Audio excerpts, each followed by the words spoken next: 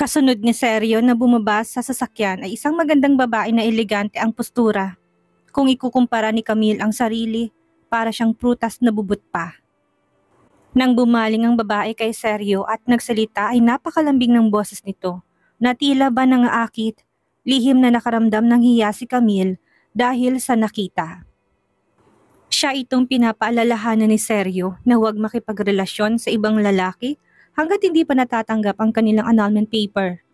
Pero ito naman ay kung sino-sinong babae ang kasama. Sa katunayan, ilang araw din siyang hindi makatulog ng maayos. Dahil sa takot pero kalaunan, ay naisip niyang galit ito sa kanya. At malamang ay ayaw siya nitong makita kaya bakit ito magsasayang pa ito ng oras na gantihan siya? Shall we?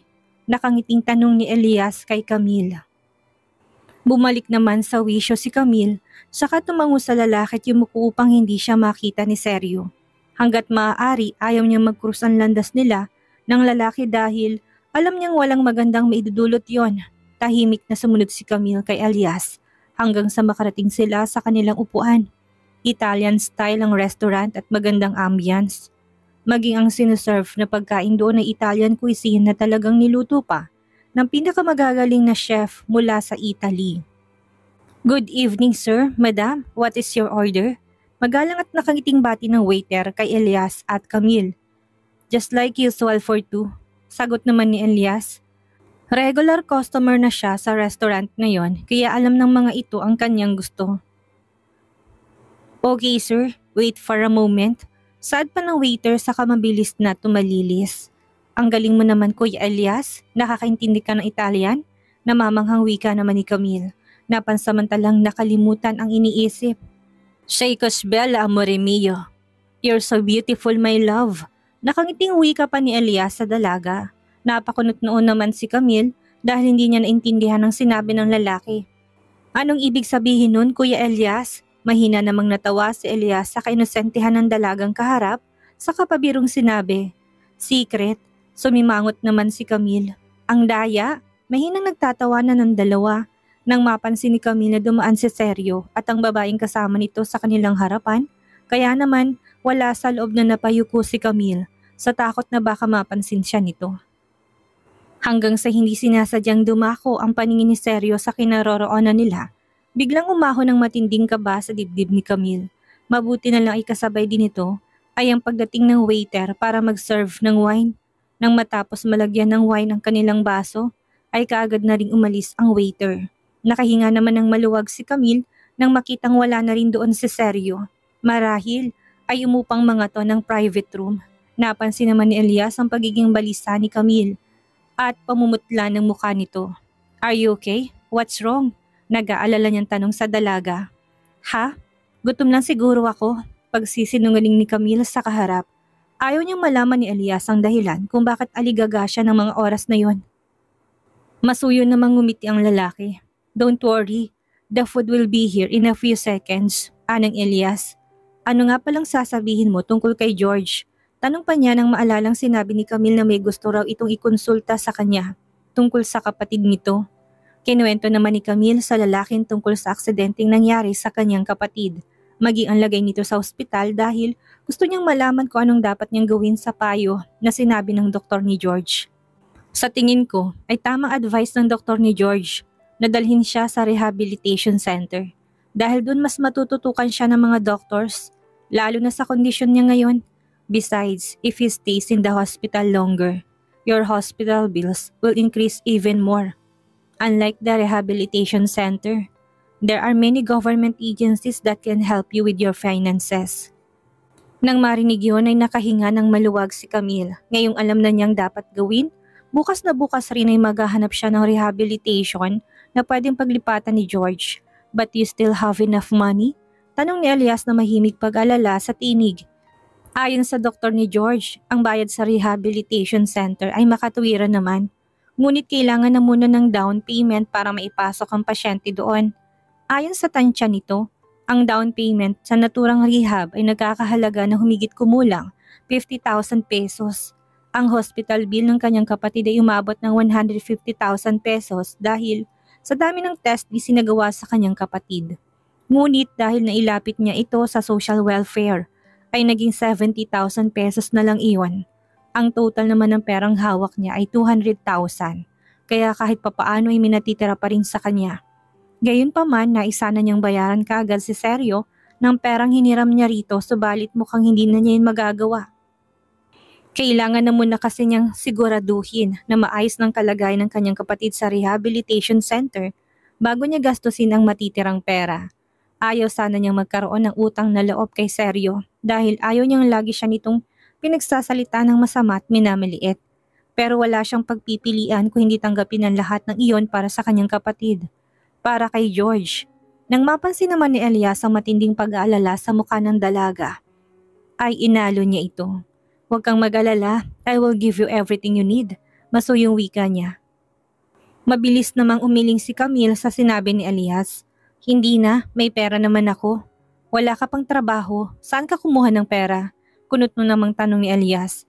Sandaling natigilan si Camille at saka nag-alinlangang sinabi sa lalaking, nanghiram ako ng pera sa kakilala ko. Pagsisinungaling ni Camille, ilang sandali pa'y dumating na ang kanilang pagkain kaya hindi na muling nagtanong pa si Elias. Sa kalagitnaan ng kanilang masayang dinner, ay nakita ni Camille na pababa ng hagdan ang magandang babae na kasama ni Sergio at nakasunod naman sa likuran nitong lalaki. Sinikap ni Camille na huwag mapansin ng mga to dahil ayaw niya magtagpo paulit ang landas nila. Ilang sandali pang nakalipas, hindi sinasadyang natapon ng waiter ang wine na sinasalin sa damit ni Camille at nagkaroon yun ng kulay pulang mantsa. Kaagad namang humingi ng paumanhin ang waiter kay Camille na mabilis naman niyang tinanggap. Nagpasya si Camille na magtungo sa comfort room para linisin ang sarili. Binasa niya ng konting tubig ang damit na namantsahan at saka kumuha ng tissue para tuyuin ito. Dahil nakayuko si Camille habang nagpupunas ng kanyang damit, ay bumangga siya sa isang matigas na bagay paglabas niya ng banyo. I'm sorry, hindi ko sinasadya. Naudlot ng sana'y sasabihin ni Camille na makita niya kung sinong lalaking nakatayo sa kanyang harapan. Bakit sa dinami-dami ng taong naroon, ay ang lalaking ito pa talagang nakabangga niya. Buong akala niya umalis na ito sa restaurant, ngunit bakit naroon pa rin ito? Pinaglalaruan ba siya ng engkanto? What? Kaswal na tanong ni Sergio nang makita na nakakita ng multong babae. Ang madilim na anyo ni Sergio. Nang mga sandaling yun ay tila lalo yatang pinadilim pa ng dim lights na tanging liwanag sa lugar na yon. Napatras si Camille ng ilang hakbang sa takot saka pa simpleng lumingalinga upang maghanap ng malulusutan. Subalit bigo siya. Ang tanging daang papalabas sa pasilyo ng mga comfort room ay hinaharangan ng lalaki. Walang pagpipilian si Camille. Kailangan niyang makaalis doon. Kaya naman matapang niyang hinarap ang lalaki. Pwede bang makiraan? Sinikap ni Camille na maging magalang sa kaharap dahil wala na siyang lakas ng loob para subukin pa ang lalaki. Hindi sa mga oras na yon. Subalit sa halip na bigyan si Camille ng daan ay umabante pa si Sergio upang mapalapit sa babae at saka tinukod ang dalawang kamay sa pader upang hindi makulong ang babae sa pagitan ng kanyang mga bisig. How far have you done with that man? Tanong ni Sergio sa babae. Napakalapit nila sa isa't isa kaya nasasamyo ni Camille ang palalaking pabango nito at amoy mint na hininga. Ngunit dahil walang lakas ng loob si Camille na harapin ang lalaki, kaya nakayukulang siya ng mga sandaling iyon. Malakas din ang kabog ng kanyang dibdib na para ba siyang aatakihin dahil sa hindi makatingin ng babae sa kanya ay napagtanto ni Sergio na marahil ay totoong kinuha niya. Hindi lang yun, kanina'y nakita niyang magkayakap ang mga to sa labas ng restaurant. Bukod pa roon ay narinig din niyang may nabanggit ang mga to tungkol sa pera. Napakagaling talaga nitong magpaikot dahil sa isang salita lang ay nagagawa nitong perahan ng isang lalaki. What a witch, isip-isip ni Sergio. Muntik na siyang maniwala sa mga kasinungalingan. Sinabi nito sa kanya sa galing nitong umarte. Sinabi pa nitong kinamumuhian siya at agabyado sa mga nangyari. Na para bang siya pang may kasalanan. Is this what you say? You rely on your own efforts? Nakangising wika ni Sergio sa kapinisilang baba ni Camille upang magtagpo ang kanilang mga paningin. To cling to a man's arm like a leech to earn money? Dagdag pa niya na puno ng panunuyang tinig. Ayaw sanang patulan pa ni Camille ang pang-iinsulto ng lalaki pero hindi siya makakapayag na masangkot si Elias sa panghahamak nito. Si Kuya Elias ay malapit sa akin at hindi singdumi ng iniisip mo. Bulalas ni Camille na pulang-pulang mukha sa galit. Pumalatak na masiseryo sa narinig. You were hugging a while ago and then you say he's your brother? Nag-init ang punong tenga ni Camille dahil sa narinig. At kailan naman kami nagkayakapan? Hindi nga dumadampi maski daliri ni Kuya Elias sa akin. Tila naman lumambot ang ekspresyon ni Seryo nang marinig yon. I'm just reminding you that it's not that easy to get a month's money. You have to give back what was given to you. Malamig na saad niya. At ano naman ang kinalaman nito sa'yo? Kunot noong tanong naman ni Camille. Hindi niya maunawaan kung bakit ganitong sinasabi ng lalaki sa kanya. Matatanggap niya kung siya lang iniinsulto ng lalaki pero hindi siya makakapayag. Kung pati ang mga tao na sa paligid niya hinahamak din ito, lalo pat wala namang ginagawang mga ito sa lalaki. Mr. Reynoso, hindi ko maintindihan. Kasal man tayo pero hindi natin kilalang isa't isa. Kaya bakit kailangan mong panghimasukan ng personal kong buhay? Galit at malamig na tanong ni Camille. Sa tingin ko, hindi dapat ako ang umiiwas sa ating dalawa kung hindi ikaw.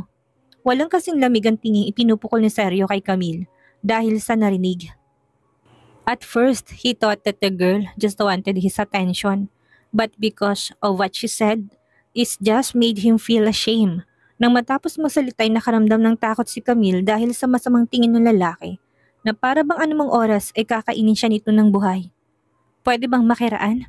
Hindi na naituloy pa ni Camille ang sinasabi dahil basta na lang siyang niyuko ng lalaki upang abutin ang kanyang labi. Saka walang pakundangang hinalikan siya. Hindi lang yun. Marahan din itong kinakagat ang kanyang labi habang marahas ang paraan ng paghalik ni Seryo sa kanya. Ano ba? Tigilan mo ko! Pagpupumiglas ni Camille sa pagitan ng mga halik. Nanlalaki ang kanyang mga mata at pilit tinutulak ang lalaki sa dibdib upang itigil itong ginagawa. Natatakot si Camille na baka may makakita sa kanila na ginagawang ganong bagay sa pampublikong lugar. Isa pa'y kasama niya sa Elias at ayaw niyang pag-isipan siya nito ng kung ano. Samantala hindi malang ininda ni Seryo ang pagtulak ni Camille. Sa halip ay hinawakan pa niya nito sa bewang at hinapit papalapit sa kanya. For Seryo, this annoying little mouth is like fruit juice, soft and sweet, just like his style. Hinalikan niya si Camille na matapang at may otoridad. Maya-may isang yabag ang narinig ni Camille na papalapit. Camille, are you there? Nag-aalala na si Elias dahil kanina pa umalis si Camille para magpunta ng comfort room pero ilang minuto nang nakakalipas ay wala pa rin ito. Sa takot ni Camille na baka makita sila ni Elias ay nanigas ang kanyang katawan sa kinatatayuan. Subalit pinakilos niyang kamay para muling itulak si Seryo. Ngunit tulad nung una hindi man lang ito natinag. Nakarinig naman ng kaluskos sa Elias sa pasilyo na nanggagaling sa comfort room ng mga babae. Camille, okay ka lang? What happened to you? Halos tumalo ng puso ni Camille habang naririnig ang papalapit na yabag ni Elias. Lihim niyang hiniling na sana ay kainin na lang siya ng lupa sa mga oras na yon. Ayaw niyang makita siya ng lalaki sa kahiyahiyang sitwasyon. Samantala walang kamalay-malay si Camille na ang malaking halaman sa kanyang tabing nakadisplay sa labas ng comfort room ay natatakpan siya. Kung hindi sasadya ay napuntahan ito para tingnan na hindi makikitang merong tao doon na nakakubli.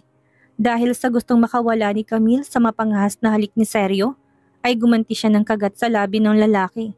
Huminto naman ang lalaki sa ginagawa sa kaumarkong makakapal nitong kilay habang nakatingin sa kanyang mga mata. Bite me again? Ano bang ginagawa mo, Mr. Reynoso? Sa pangalawang pagkakataon ay naudlot ng sanay sasabihin ni Camille dahil muling inangkin ni Seryo ang kanyang labi sa mas mapusok na paraan. Mas malalim, mas mapaghanap at mas mainit ang paraan ng paghalik nito na parang gusto nitong angkinin siya ng buong buo. Ang mga braso naman nitong nakapulupot sa kanyang bewang ay lalong humigpit, dahilan para makaramdam siya ng pangangapos ng hininga. Nang tuluyan namang nakalapit si Elias sa labas ng comfort room ay naabutan niyang may tao doon at mainit na nagpapalitan ng halik. Matangkad ang lalaki sabalit ng babaeng kasama nito ay hindi niya makita dahil natatakpan to ng malaking halaman. I'm sorry bro, hinging paumanhin ni Elias sa lalaki saka mabilis na umalis at hindi na nakiasyoso pa. Tinaas ni Camille ang kanyang kamay para sampalin si Seryo. Subalit maagap na nasaluyo ng lalaki at saka mahigpit siyang hinawakan sa pulsuhan. No woman has ever slapped me. Bakit hindi mo pag-isipan bago mo gawin? Nakangising tura ni Seryo sa babae. Umiiyak na binawi ni Camille ang kanyang kamay na hawak ng lalaki. saka marahas na pinunasan ang kanyang labi. Bakit ganun na lang kadali para sa yung basta humalik ng isang tao? Tanong ni Camille sa nanginginig na boses. Galit na galit si Camille sa lalaki dahil sa ginawa nito. Pero sa isang banda ay nagpapasalamat siya dahil hindi nakita ni Elias ang pangyayaring yun. Dahil wala siyang mukhang maihaharap sa lalaki kapag nagkataon. Nawala ang ngisi sa mukha ni Sergio at tumalim ang mga mata nito nang makitang ginawang pagpunas ni Camille sa sariling labi. I'm just collecting what you owe me. Nakalimutan mo na ba? Tanong pa niya ng bahagyang namamaos ang tinig na mulang mukha at punong tenga ni Camille nang maalalang sinabi sa kanya ni Sergio noon. Hilam ng luha ang kanyang mga mata at namumulang tungki ng kanyang ilong dahil sa pag-iyak. Hindi naman ganyan ang ginawa ko sa'yo, sagot ni Camille ang tinutukoy. Ay ang paraan ng pagkagat niya sa labi nito noon. How I bite is my business, not yours. Napakabastos mo, humihikbing wika ni Camille. Hindi na alam pa ni Camille kung ano pang sasabihin sa lalaki. Kaya naman tinulak na lang niya ito ng malakas sa dibdib at saka humahangos na tumakbo palayo sa lugar na yon. Ngunit bago dumiretso sa mesa kung saan naghihintay si Elias ay sandaling huminto si Camille at inayos ang sarili. Pinunasan niya ng tisyong labi pero napangiwi siya na maramdamang bahagya itong namamaga. Mabuti na lang din at palagi siyang may dalang panyo kaya tinakpan na lang niya ang namamagang labi nito. Pagbalik naman ni Camille sa kanilang mesa ay kumunot ang noon ni Elias nang makita siya. Are you okay? Masama bang pakiramdam mo? May pag-aalalang tanong ng lalaki. Mabilis namang umiling si Camille at sinabing, Bigla kasi akong inubo, Kuya Elias. Nagtakip ako ng panyo para hindi ka mahawa. Pagsisinungaling ni Camille sa lalaki na sinadya pang maging paos ang tinig. Napuno naman ng pag-alalang mga mata ni Elias habang nakatingin sa dalaga. Is that so? Kung ganun, umuwi na tayo para makabili ka ng gamot at makapagpahinga. Sige, sagot naman ni Camille ngunit hindi siya makatingin sa lalaki dahil sa pagsisinungaling. Nang tanungin din si Camille ni Elias kung saan siya nagpunta ay nagdahilan na lang siya. Mukhang naniwala naman ito sa sinabi niya kaya nakahinga siya ng maluwag. Sinikap din ni Camille na umastang normal kahit na meron pa rin kaba sa kanyang dibdib dahil baka nariyan lang sa paligid si Sergio. Maya-maya pinagpa siya nang umalis si Camille at Elias sa restaurant. Subalit bago yun ay nagbayad na muna ang lalaki ng bill ng kanilang nakain. Nagpresenta si Camille na siya na magbabayad kahit hindi niya alam kung sapat bang pera niya. Ngunit naging mapilit naman si Elias kaya wala rin siyang nagawa kung hindi pumayag. Let's go, nakangiti pang anyaya ni Sergio sa dalaga matapos makapagbayad. Hiyang-hiya naman si Camille dahil nangako siya ditong ililibre niya to. Pero si Elias pa rin na nagbayad nito. Thank you, Kuya Elias. Sa susunod ako naman lilibre sa'yo. Nagatubiling wika ni Camille, saka na kapag may trabaho ka na. Nakangiting sagot naman ni Elias. Alam niya kung gaano kahirap ang buhay ng dalaga kaya hindi na niya ito bibigyan pa ng suliranin. Simpleng pagkain lang yon at kayang-kaya niyang gastusan kahit ilang beses pa. Namula naman ang pisngi ni Camille sa hiya. Sige, promise ititreat kita kapag sumahod na ako. Maghihintay ako. Kumindat pa si Elias sa dalaga sa kabinuksan ng pinto ng sasakyan. Kaagad namang sumakay si Camille at hindi na lumingon pa dahil natatakot siyang baka nasa paligid lang si Sergio. Nakahinga lang siya ng tuluyang makaalis ang sasakyan sa lugar na yon. Lihim din niyang hiniling na sana'y hindi na muling magkrus ang landas nila ni Sergio. Makalipas ang mahigit kalahating oras ay narating din ni Camille ang boarding house na tinutuluyan pero bago yun dumana muna sila ni Elias sa pharmacy para bumili ng gamot. Nakonsensya pa nga siya sa pagsisinungaling ngunit pinandigan na lang niya yon dahil wala naman siyang pagpipilian. You live here? Tanong ni Elias habang nakakunot-not pinagmamasdan ng paligid. Tumango naman si Camille at sinabing, mas malapit kasi ang boarding house na to sa university. Kumibot-kibot naman ang labi ng lalaki na tila may sasabihin ngunit sa huli pinigilan itong sarili. Okay, be careful. Tawagan mo ako kapag may kailangan ka. Maraming salamat, Kuya Elias. Nakangiting pasasalamat naman ni Camille sa butihing doktor. Matapos noon ay umalis na rin ang lalaki at pinaharurot ang sasakyan paalis sa lugar. Nang makauwi si Camille sa boarding house, kaagad niyang pinagmasdan sa salamin ng namamagang labi. Dahil sa pagkagat, umahon ang galit sa dibdib niya para kay Sergio. Napakasama nito dahil kumasta ito sa kanya para bang nabili na siya nito. Subalit dahil siya naman ang unang kumagat sa lalaki kaya gumanti lang ito sa kanya at ngayon ay bayad na siya sa atraso niya dito. Hiling niya lang sana'y huwag na silang magkita ng lalaki kahit nakailan. Nang mga sumunod na araw ay naging abala si Camille sa paglipat ni George sa rehabilitation center. Sa tulong ng doktor ng kanyang kapatid ay natapos niyang lahat ng iyon. Sa loob ng isang araw lang, nakapagbayad na rin siya ng deposit kaya naman ang tanging natitirang pera na lang sa kanya ay ang panggastos niya para sa mga gamot ni George. Sa kabila ng mga paghihirap ni Camille sa mga nakalipas na araw ay nakatanggap naman siya ng magandang balita. Tinawagan siya ng Debonair Fashion Company at sinabing maaari na siyang mag-umpisa ng internship sa Lunes. Sa sobrang saya ni Camille sa natanggap na balita ay halos hindi siya nakatulog kapag uwi niya, galing sa kanyang part-time job. Pagdating ng Lunes bago pumasok sa trabaho si Camille ay pinalitan niyang lumang cellphone at ginamit ang binigay ni Elias. Hindi na kasi ito maaaring gamitin dahil mabagal nito at basag ang screen, kaya mahirap nang makabasa ng maayos. Nang makarating sa nasabing kumpanya, ang babaeng nasa front desk ay inassist si Camille para makilala niyang team leader na si Miss Diana. Si Miss Diana isa sa mga interviewer nang nag-apply si Camille sa kumpanya. Mabait ang babae at mahusay magturo sa mga dapat gawin, kaya sa loob ng 2 araw ay nagamay ni Camille ang mga trabaho doon. Kasundo din niyang kanyang mga katrabaho na pawang mababait, kahit pa siya ang pinakabata sa mga ito. Nang 3 araw ng pagtatrabaho ni Camille sa Debonair, isang masamang balitang nalaman niya mula sa kanyang mga kasamahan sa trabaho. Ang Debonair Fashion Company ay nalulugi kaya kinailangang i-give up ng may-ari ng kumpanya ang pamamahala dito. Ngunit merong isang kumpanyang bumili ng Debonair upang ipagpatuloy ang pamamahala nito. Anong kumpanya kaya ang bumili sa Debonair na pinagtatrabahuhan ni Camille? Sino ang taong makikita ni Camille na ikakagulat niya? Yan ang ating aalamin sa susunod nating kabanata.